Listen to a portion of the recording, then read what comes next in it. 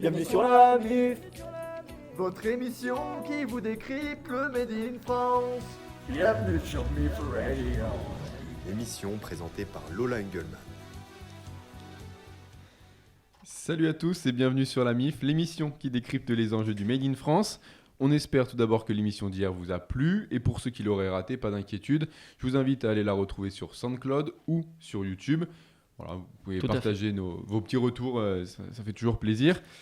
Bon, pour ce deuxième rendez-vous, ma belle voix vous accompagnera puisqu'on a perdu un deuxième soldat au combat. Et ouais, Lola est testée positive et du coup au fond de son lit. On espère qu'on ne se retrouvera pas à deux demain parce que je pense que la fin de semaine va être compliquée à ce rythme. Alors moi, je suis habituellement secrétaire de rédaction, mais à condition exceptionnelle. Personne exceptionnelle, d'où ma présence aujourd'hui. Ou pas. Ouais. Bon, c'était juste pour me flatter et me mettre en confiance. T'as raison. Ah, il est très bon, très polyvalent, Antonin.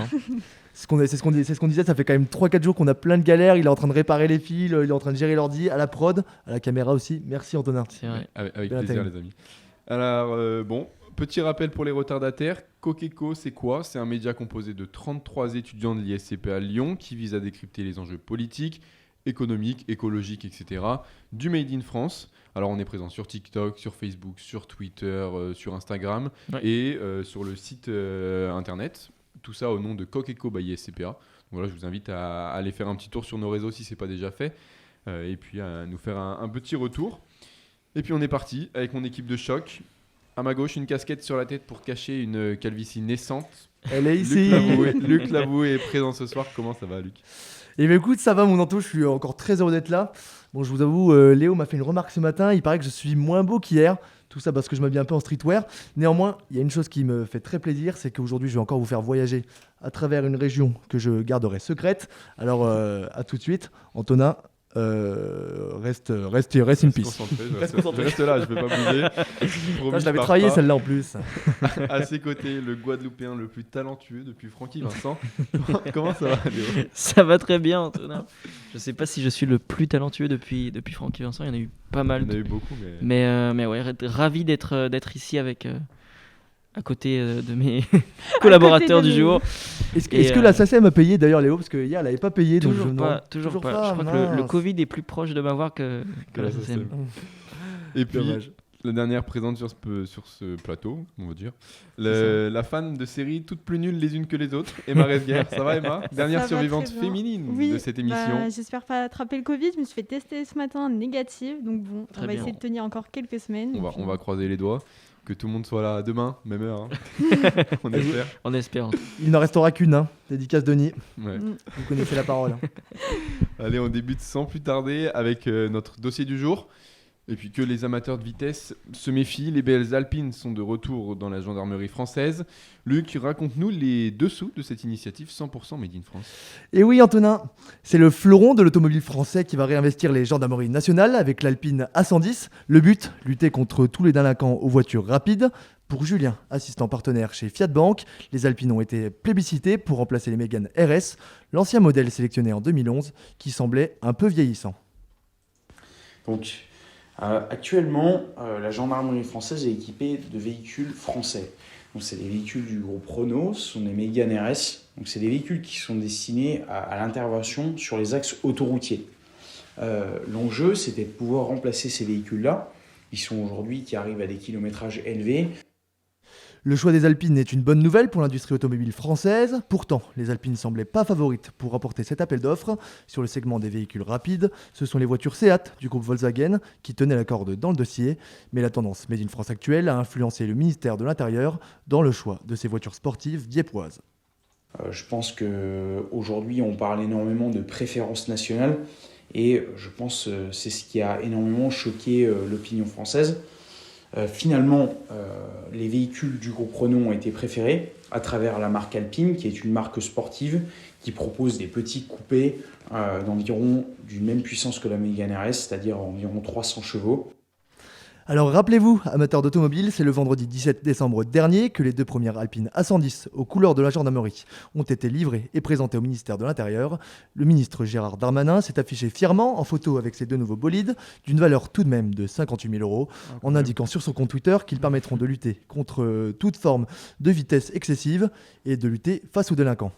Alors on attend toujours le TikTok de Jean-Baptiste Djebari avec l'Alpine, lui qui est quand même ancien pilote de ligne, je le rappelle, ou encore le post Instagram de Bruno Le Maire sur Instagram pour saluer les mérites de cette filière 100% made in France. Ah, mais 58 000 € la voiture, C'est assez cher. Hein. Ça commence à peser dans le livret A. Hein. pas accessible à tous. On en pense quoi? C'est quand même une bonne initiative. Je sais que ça a relancé pas mal de.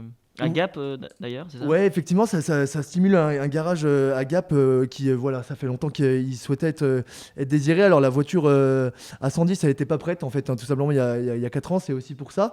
Et ça a le mérite de stimuler Renault. Et sur ce segment de voitures rapides, en fait, les Alpines dominent le marché depuis longtemps. Et je pense que Bruno Le Maire, il s'est quand même dit, ça ferait quand même bon genre d'avoir des petites Alpines dans les gendarmeries françaises. Elles sont sympas quand Ça même. fait classe quand On même. les a vues tout à l'heure, elles sont... Alors, elles sont il jolies. y en a combien? Alors en tout, il y en a 26 qui vont être dispatchés dans chacune des régions françaises. Et donc pour l'instant, il y en a 2 qui sont arrivés donc, le 17 décembre. Là, je crois que les livraisons sont en cours. Je n'ai pas les derniers chiffres en tête. Mais voilà, en tous les cas, c'est intéressant. Et c'est une bonne nouvelle pour la filière française. Après, on était en train de débattre. On sait qu'il y a des gendarmes un petit peu en colère en ce moment. Est-ce que les Alpines, c'est pas pour réconforter un peu nos gendarmes qui sont sur le terrain et tout ça? Ils seront pas nombreux à je suis pas conduire sûr, les hein. voitures. Si donc, on a 26, ça fait Ouais. une trentaine, quarantaine de personnes qui vont les conduire. Voilà. En tout cas, c'est intéressant de soulever le débat. Et c'est ça qui est bien avec vous, c'est que vous êtes polyvalents, messieurs, dames. Merci. C'est les personnes interpellées qui vont être contentes de monter dans une Alpine. Ouais, Il y a ça, pire comme interpellation. Pas beaucoup de place, Pas beaucoup de mais, place, c'est vrai, mais le grand luxe. Le luxe. On aurait presque envie de faire des infractions, tout ça. Non, je rigole. Ouais, c'est dans la légalité dans cette émission. Excusez-nous. Quand même. Allez, on passe à notre rubrique de la semaine axée sur l'écologie. Alors hier, on parlait des jeans, qui sont un élément incontournable de notre garde-robe. Aujourd'hui, rebelote. Qu'est-ce que serait la garde-robe sans la fameuse chemise blanche? Créé en 2020, l'atelier Hexagone s'est lancé le défi de réaliser des chemises 100% made in France. Alors Léo, ces chemises sont-elles vraiment éco-responsables? Eh ben oui, Anto, on en parlait hier avec Lola. Le textile en France, c'est pas facile. Avec la Covid et les problématiques territoriales, Pauline et Estelle ont créé à côté de leur travail Atelier Hexagone. Pauline Pastour nous évoque leur enjeu du textile à l'heure actuelle. Si vous regardez la télé, vous voyez que l'industrie de la mode aujourd'hui, c'est une des plus polluantes.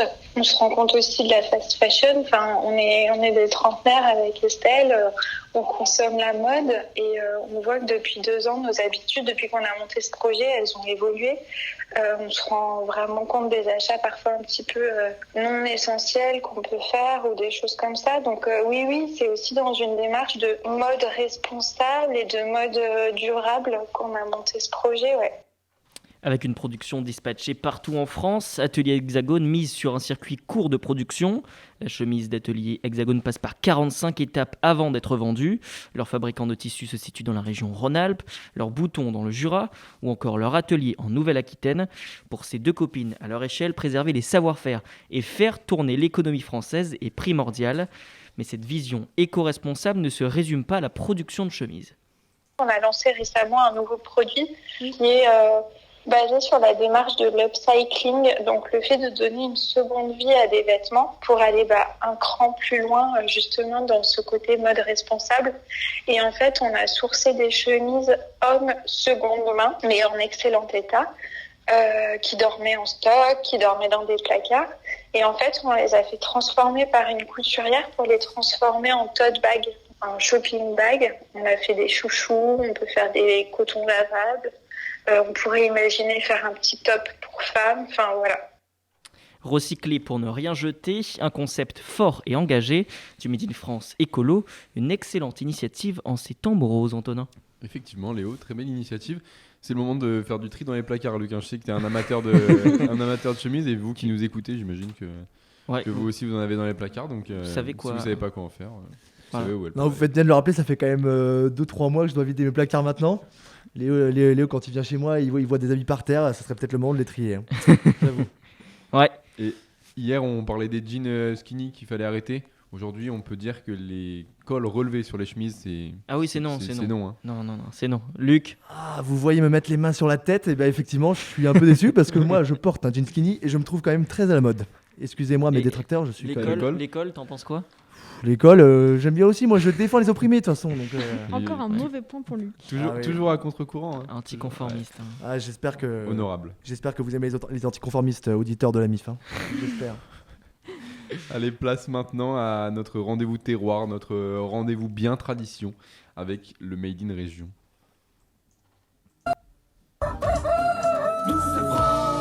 C'est pas ça, Michel? C'est aberrant, quoi. C'est pas un mec à...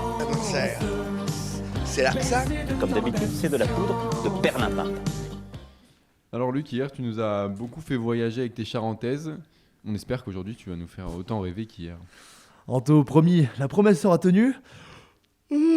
Par contre, excuse-moi, je suis un peu fatigué. Hier, on a quand même parcouru 5 heures de bagnole pour faire ma chronique sur les Charentaises jusqu'à Angoulême. Alors aujourd'hui, tu m'excuseras, mais j'ai décidé de pas m'emmerder. Ah non, je vous arrête tout de suite. Toute ressemblance avec les propos d'un chef de l'État serait fortuite. Oh, facile celle-là, Luc. Ouais, j'avoue, je suis quand même bon dans la métaphore, tout ça. Alors aujourd'hui, direction une région que tu connais, Anto, une région que tu connais. Emma, direction les Bouchons lyonnais. Musique, maestro. La vie est douce, l'air est léger, le ciel est beau, je l'aime bien, mon bon coteau, mon vieux plateau de la Croix-Rousse. Ah, Lyon, capitale des Gaules, capitale du Rhône, capitale du foot. Ah non, en fait, désolé les amateurs du ballon rond, mais ça c'est pas cool. Ouais, 13e de Ligue 1. C'est vraiment pas gentil. Il y a vraiment des gros fans de foot autour de la table, donc voilà, j'avais un petit peu envie de les tailler. Mais non, moi je vais quand même passer à la suite de ma chronique, les amis. On va fédérer un petit peu l'émission. Est-ce que vous savez de quel plat je parle? On est à Lyon, je vous rappelle. La cervelle de Canu, moi je dirais. Ouais, bien vu. Brioché, ouais. Bien vu. Ouais. Bien vu. Non, vous êtes toujours pas. Ah, Cherchez encore. La quenelle. La quenelle, mais il est fort. tu l'as eu dans mes yeux ou tu connaissais le dossier? Un peu des deux. Je te connais, Léo. Alors aujourd'hui, nous partons direction le 9e arrondissement. Non, parce que Lyon, c'est vrai que c'est quand même la capitale de la gastronomie. Et aujourd'hui, on part à la rencontre de la famille Bonhomme, donc en plein cœur du 9e arrondissement, chez le producteur de quenelles, les Quenelles du Soleil. Et aujourd'hui, on va encore évoquer des notions de transmission, de savoir, de savoir-faire et d'amour finalement. Alors, la famille Bonhomme, il faut le savoir, elle est productrice de quenelles depuis 3 générations déjà. Vous voyez que je suis quand même très Encore bon une dans... affaire T'aimes familiale. bien ça, les affaires T'es familiales. très oui, famille, ça, Luc, quand même. Non, c'est vrai que je suis un défenseur des familles, de la génération et tout ça. C'est vrai qu'on peut me qualifier comme ça. En tout cas, la famille Bonhomme, elle est productrice depuis 3 générations, c'est ce que je disais.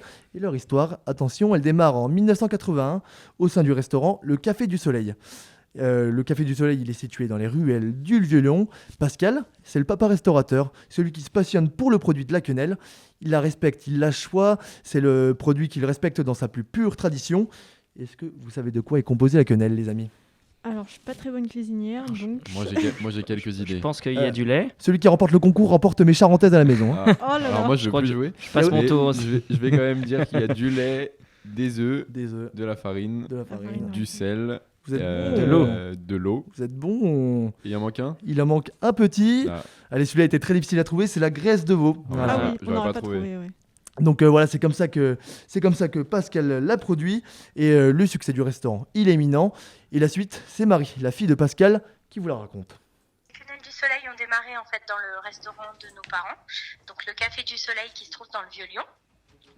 Au départ, on a commencé à fabriquer les quenelles uniquement pour notre propre restaurant. Et puis, petit à petit, les copains restaurateurs nous ont demandé de les fournir en quenelles également. Et c'est comme ça que l'aventure a commencé. Donc au départ, on a fabriqué les quenelles pendant plusieurs années dans la cuisine du restaurant. Et puis, au bout d'un moment, il a fallu passer plus grand. Et donc, en 2014, on a ouvert un labo où on fabrique que des quenelles. Alors l'histoire elle est sympa parce qu'au départ, Pascal Bonhomme n'était pas forcément destiné à produire exclusivement de la quenelle, lui, le fils de boulanger-pâtissier. Mais voilà, un coup du destin va forcer Pascal à mettre la main à la pâte, on peut le dire, et élargir davantage sa production de quenelle artisanale. Musique maestro. Quand il a commencé à fabriquer les quenelles pour le restaurant, c'est parce que un des derniers bons traiteurs quenelliers en fait sur Lyon venait de prendre sa retraite et n'avait pas trouvé de successeur. Donc il s'est retrouvé sans quenelle artisanale. Le seul choix qu'il avait, c'était les quenelles semi-industrielles qu'il trouvait chez Métro, enfin chez Promoca, chez les grossistes en fait pour les restaurants. Donc c'est là qu'il a trouvé l'idée en fait, qu'il a commencé à fabriquer les quenelles pour le restaurant parce qu'on s'est retrouvé sans quenelle artisanale sur Lyon. Voilà. Encore une histoire de sauvetage d'emblème. En tout cas, ce qui est bien, c'est que pour déguster la quenelle de la famille Bonhomme, On peut la déguster sous plusieurs choix. On peut d'abord se rendre dans le petit bouchon familial du Vieux-Lyon, un petit bouchon typique, plein de charme, ou bien encore chez le producteur de quenelles, les Quenelles du Soleil. Alors, le 26 avril dernier, un sondage publié dans le média lyonnais Lyon City Crunch rassemblait plus de 3000 votants et la quenelle était élue spécialité culinaire préférée des Lyonnais. Une statistique qui, j'en suis sûr, fera l'unanimité chez les Lyonnais. Ouais, Emma, Totalement. Je suis d'accord. On est d'accord. Ça ne m'étonne absolument pas. Mais il y a une autre frange de la population qu'on a tendance à oublier ici à Lyon, c'est ceux qui ne connaissent pas la quenelle et qui ne viennent pas de Lyon et qui sont de ma génération d'ailleurs. Parce que moi, le souvenir de la quenelle que j'en ai, c'est la cantine le mercredi, on regardait la carte avec un petit peu de méfiance. Ah non, pas la quenelle, pas la quenelle. Et pendant des années, je l'ai redouté. Et histoire vraie, il y a 3 semaines, j'ai mangé de la quenelle avec mon père et c'était délicieux. Donc voilà, la morale de ces chroniques, c'est de toujours laisser une seconde chance à autrui, que ce soit pour un plat que vous n'avez pas aimé un jour, ou encore pour une ex qui souhaite vous reconquérir. Pas sûr ça, lui. Ouais. Pas tout le temps. J'aimerais quand même finir sur un cliché bien gaulois, un truc bien gaulois. Vive les quenelles, vive la République, et vive le Made in France. En tout cas, ça donne. Ouais, ça donne faim. Ça donne faim, on a eu la même idée. On est connectés, Léo. On sait où est-ce qu'on va manger ce soir tous ensemble. Bah, allons On nous invite. Au Café du Soleil. Luc, Allez, on a appelle le contact. Pascal. feu. Allez, c'est parti. Non mais c'était très sympa de nous faire redécouvrir un grand classique de la gastronomie lyonnaise. Ouais. C'est vrai que c'est un monument quand même ici. Je crois que je connais pas un Lyonnais qui n'aime pas la quenelle. Ouais, bah, c'est vrai, moi c'est pour ça que je me suis dit qu'il fallait quand même la tester avec mon père. Et cette morale, elle est véritable parce que j'en ai mangé. Je me suis dit, mais quel con, je mange toujours les mêmes choses moi dans les bouchons, donc c'est bien, ça change un petit peu. Manger des quenelles. Attention à ton micro.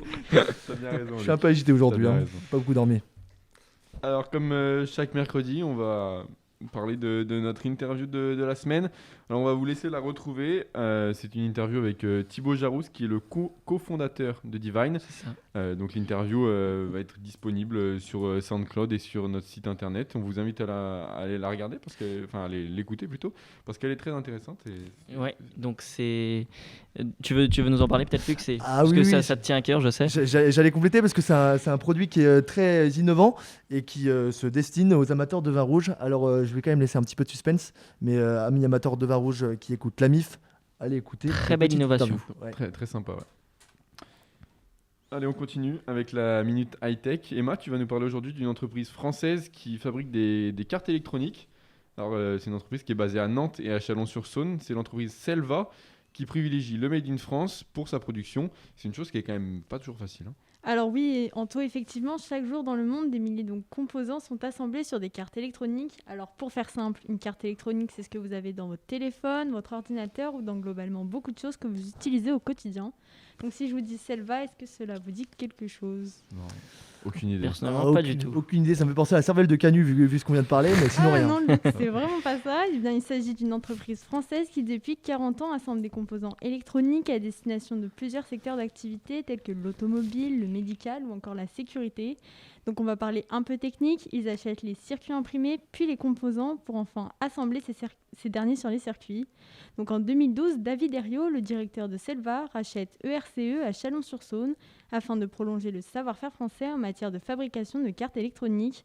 Et contrairement à beaucoup de ses confrères, le chef d'entreprise prône le Made in France, raison pour laquelle il a voulu garder une production française. Nous, on est un des rares acteurs de notre taille à ne pas avoir d'usine en pays low cost. Alors pour plein de raisons, mais aussi parce que voilà, c'était des choix industriels, et même si le prix reste important, c'est surtout le délai et la qualité que cherchent nos clients.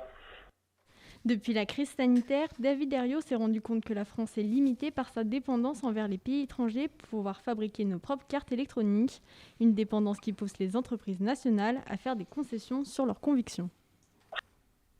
En fin de compte, nous en Europe, parce que c'est pas la France tout seul, c'est l'Europe, nous en Europe, on est quand même limité par le fait qu'on est dépendant des pays asiatiques en particulier pour pouvoir fabriquer notre propre carte électronique. Le problème, c'est l'origine de la matière première, en fait.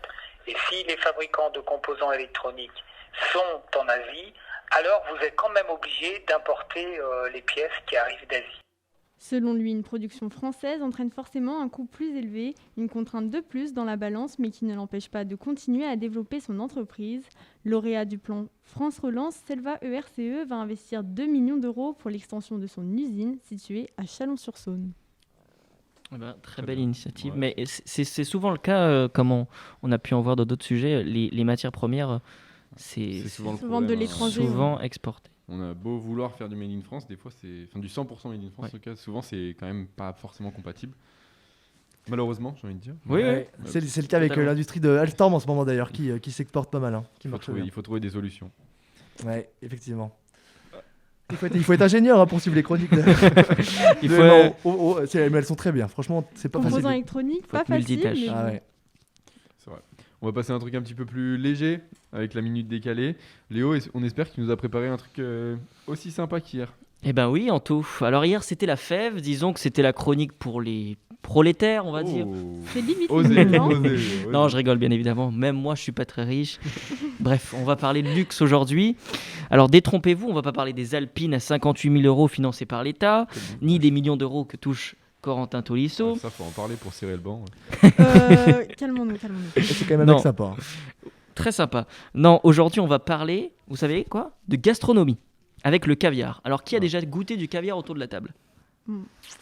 Et oui, je lève la main. Coupable. Je lève la main, mais c'est un plaisir coupable parce que j'en ai mangé et figure-toi que j'ai pas aimé. Et, et ça m'a fait beaucoup culpabiliser. Moi, j'étais déçu, quoi. Quelqu'un d'autre ? Moi, je suis comme Luc, j'en ai mangé une seule fois et j'ai vraiment pas aimé. C'est pas pour moi. Et moi, je suis le mauvais élève, j'en ai jamais mangé. Donc, je peux pas te dire si j'aime ou pas, mais ça m'attire pas trop. En même temps, 30 grammes, 70 €. Raison de plus. Faut pas déconner. À ce prix-là, je préfère aller manger des quenelles avec Luc toute la semaine. Hein. Quand tu veux. Alors, vous allez me dire, mais pourquoi tu nous parles de caviar ? C'est pas très français. Alors, figurez-vous que le caviar Made in France commence à s'imposer. C'est la marque girondine Sturgeon qui a commercialisé la première production de caviar beluga. Alors vous savez, le sort de dauphin moche là avec le grand front là, vous voyez ? Ah oui, c'est lui. Je vois très bien. Enfin bon, apparemment les œufs sont plus gros, la couleur est différente et le prix est 10 000 € le kilo. Ah oui, quand même. Rien que ça. Quand même. C'est quand même 5 fois plus cher qu'un caviar au siestre. Bon, moi je pense que je vais retourner manger mon petit jambon beurre. Ça va le faire très. On va t'accompagner manger le jambon beurre parce que je pense aussi. Mon portefeuille ne va pas. En tant qu'étudiant, c'est pas très. Ça va être compliqué de suivre à ce rythme. On en mange beaucoup nous la semaine en plus, sans rien cacher aux éditeurs. Oui, du jambon beurre. Oui, pas du caviar. Ah oui. C'est ça que tu veux importante bizarrement. Allez, c'est déjà la fin de notre deuxième émission. Oh non. Merci. Ouais, déjà, Luc, mais on se retrouve bientôt. On s'est quand même bien amusé. Demain. Merci à tous de nous avoir suivis. Je vous rappelle que vous pouvez nous suivre sur nos différents réseaux sociaux. Coqueco by SCPA sur Twitter, Instagram, Facebook, TikTok. On mettra bien les liens descriptifs sur les posts et tout ça. Et puis sur notre site internet. Je vous rappelle que vous pouvez retrouver l'interview de Thibaut Jarousse, le cofondateur de D-Wine, sur SoundCloud et sur notre site internet. Sans oublier un petit article sur l'atelier Hexagone, dont Léo a parlé tout à l'heure, qui est publié sur notre page Instagram. Donc voilà, allez découvrir tous ces contenus et puis on espère que ça vous plaira autant qu'à nous et puis que vous prendrez autant de plaisir que nous à écouter tout ça. Donc on se retrouve demain, même heure, même endroit. Et puis à demain les amis. À demain. À demain, prenez soin de vous parce qu'à la fin s'il n'en reste qu'un, c'est quand même problématique dans le studio radio. Allez, à demain. Tous négatifs demain. Allez, à demain.